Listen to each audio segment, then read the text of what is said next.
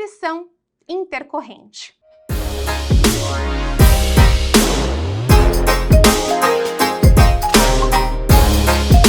O tema prescrição intercorrente só pode ser abordado quando estivermos falando de execução.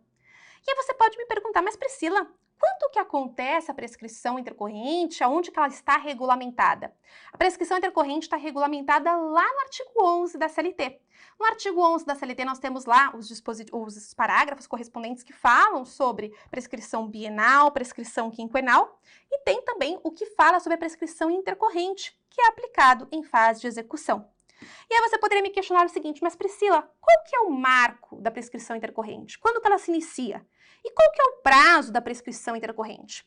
A prescrição intercorrente, ela tem um prazo de 2 anos, não é? E ela vai ser iniciada diante da inércia do exequente, diante da inércia do credor. Então, quando o exequente, o credor, ele é chamado a se manifestar no processo, ele é chamado a praticar um ato no processo e ele se mantém inerte, fingindo que não é com ele, inicia-se com isso a prescrição intercorrente, o lapso temporal de 2 anos. Passado o prazo temporal de 2 anos, a prescrição intercorrente está consolidada. Uma vez pronunciada a prescrição intercorrente, nós temos como consequência a extinção da execução.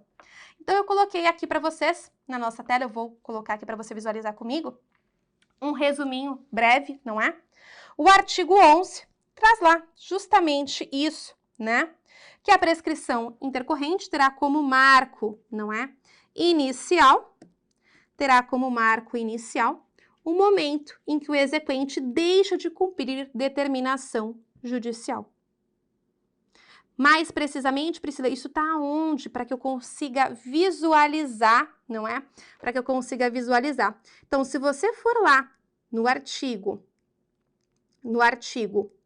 11A, deixa eu até retificar aqui que eu falei só 11, né? Artigo 11A, perdão. No artigo 11A, o artigo 11, né, melhor dizendo, ele fala só sobre a bienal e a quinquenal, tá?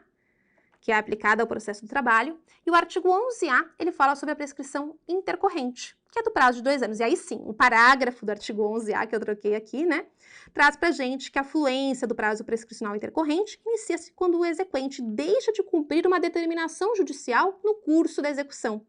Então, o marco inicial a gente pode colocar aqui, né, ó, deixar de cumprir determinação judicial no curso da execução. E aí, no prazo de 2 anos, vai se consolidar a prescrição intercorrente. Vale lembrar que a prescrição intercorrente, pessoal, ela pode ser requerida pela parte interessada, no caso, não é? Pelo executado, ou ainda pode ser declarada de ofício. Então, alguns sempre perguntam, Priscila, pode ser declarada de ofício a prescrição intercorrente? Pode sim. Isso está lá no parágrafo 2º do artigo 11A da CLT, que traz para a gente que pode ser declarada de ofício a prescrição intercorrente, como também pode ser requerida pela parte interessada.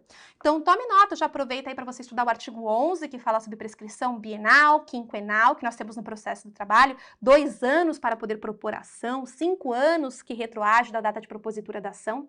Então, eu sempre falo, né, quando você propõe uma ação, você, como regra, às vezes não vai ter direito a todas as verbas pleiteadas, a depender do tempo do seu contrato, né? Então, se você trabalhou 20 anos numa empresa, você vai ter direito a esses 20 anos? Não.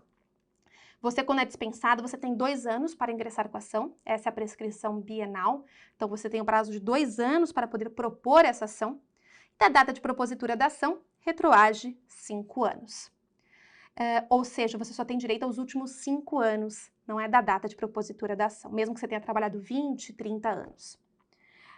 E a prescrição intercorrente, de forma diversa, ela é aplicada apenas na fase de execução. E ela é justamente aplicada pela inércia do credor, a inércia do exequente. Quando é chamado a cumprir uma determinação judicial, a se manifestar ali no processo, ele se mantendo inerte.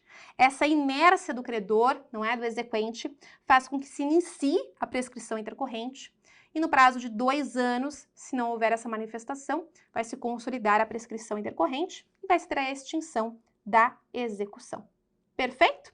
Vimos com isso o artigo 11 e o artigo 11A da CLT, que fala sobre prescrição intercorrente.